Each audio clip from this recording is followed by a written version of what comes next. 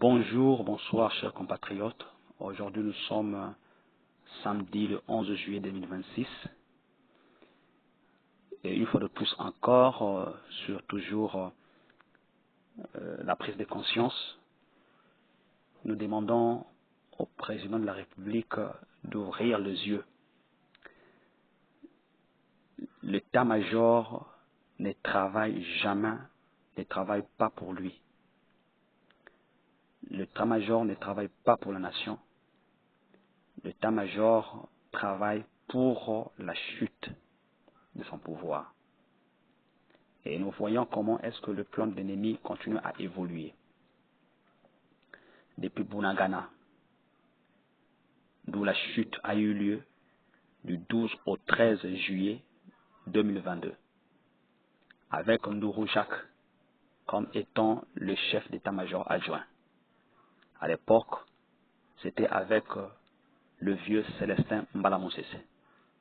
Et au mois d'octobre, c'est Chiwewe qui va prendre la place du chef d'état-major général. Ndourou Jacques, toujours comme étant adjoint. Et nous réalisons que c'est lui qui coordonne toutes les opérations parce que c'est lui qui est aux opérations et le renseignement.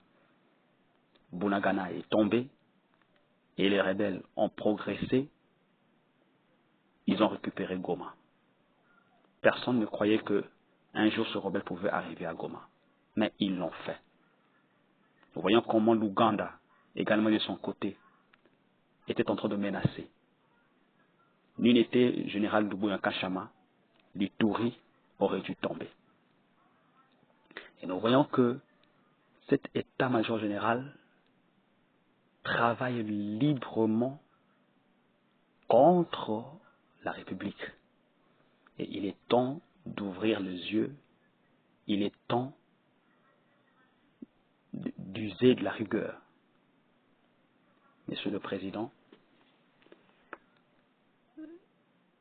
nous t'aimons beaucoup, nous plaçons notre confiance sur toi, parce que tu incarnes, comme je le répète, l'espoir de la restauration de la dignité congolaise, ainsi que la restauration de l'État. C'est toi qui es le commandant suprême, le garant des bonnes institutions. Si les choses ne marchent pas, tous les doigts vont être pointés sur toi. Alors il est temps vraiment que tu puisses pouvoir ouvrir les yeux et d'agir. Ces généraux devraient nous faire le bilan de la guerre. Nous devons connaître quels sont leurs plans. Parce que le pays est en train de partir. Là, ce n'est plus Goma. Là, maintenant, ils sont à Minembwe. Et hier, il y a eu des colonnes, au moins 4 bataillons, qui se dirigent vers Fizi pour aller renforcer les Turanero. Point zéro est tombé entre les mains des ennemis. Nous ne voulons pas que demain, ça devienne Kisangani, Lubumbashi, sous contrôle de l'ennemi. Il est temps de se réveiller. S'il faut enlever ces responsables et remplacer ceux qui sont dignes et fidèles. Ce ne sont pas les seuls. Il y en a de ceux qui sont fidèles, qui ont le souci de la patrie. Alors, Monsieur le Président, si vous ne voulez pas que le pays soit sous la domination du Rwanda, il est temps. C'est vrai que le temps est forcément avancé. Vous avez trop laissé le mou pendant longtemps. Nous sommes vraiment loin et l'ennemi est loin dans son plan parce que tous les secteurs occupés sont peuplés par la population tutsi-rwandaise.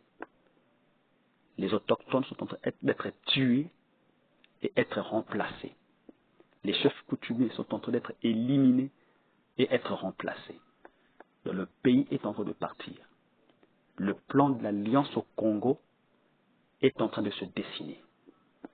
Le Rwanda va prendre l'ouest, plutôt l'est, et une partie de l'ouest et sud risqueront d'être gérés par des Congolais, mais des Congolais corrompus au service du Rwanda. Monsieur le Président, oui, vous comptez sur les Américains. C'est une très bonne chose, mais on devait avoir toujours notre plan B. Vous vous rappelez, les Américains ont promis sur 60 jours, il n'y aura plus de bottes à l'est du pays. Le Rwanda a défié ces 60 jours et il n'y a eu rien. Juste à part des sanctions légères qui sont tombées sur quelques officiers. Et ils viennent de donner encore un délai du juin au 15 juillet. Et déjà le 10, le Rwanda sort et il déclare qu'ils ne vont pas quitter. Vous comprenez déjà. Et nous ne savons pas, après le 15, si les Américains vont tenir, s'ils vont faire quelque chose, ou ils vont encore rester silencieux pour vous donner encore des promesses de sanctions. Monsieur le Président, nous devons avoir un plan B. Nous sommes agressés. C'est ici, au pays, que les gens meurent. Quelle est cette guerre-là? Quelle est cette armée qui ne peut pas attaquer le pays qui l'agresse? On a toujours des plaintes. Une armée d'où les généraux se plaignent toujours comme des femmes. Monsieur le Président, il est temps vraiment d'agir. Hier, c'était un peu difficile parce que tout était entre les mains du Rwanda. Toute l'armée était entre les mains du Rwanda. Même dans le gouvernement, vous n'avez que vous-même presque. Tous ont été corrompus. Et par la grâce de Dieu, vous avez pu avoir votre propre majorité. Mais il est temps que vous agissez.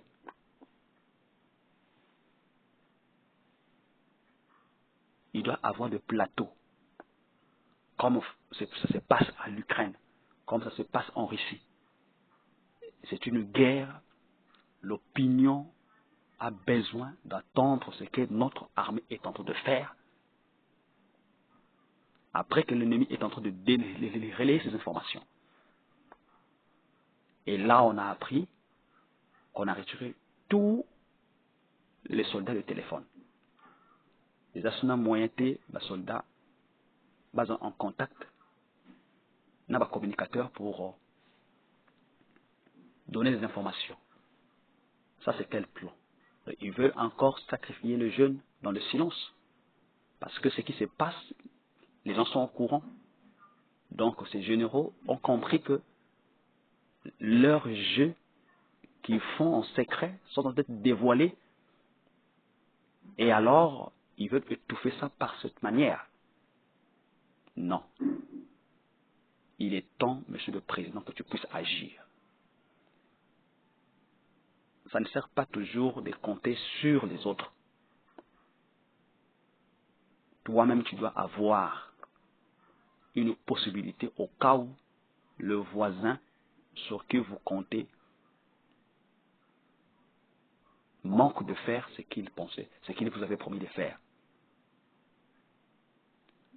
Vraiment, il est temps de se réveiller, Monsieur le Président. Pour le reste, au prochain numéro. Que Dieu vous bénisse.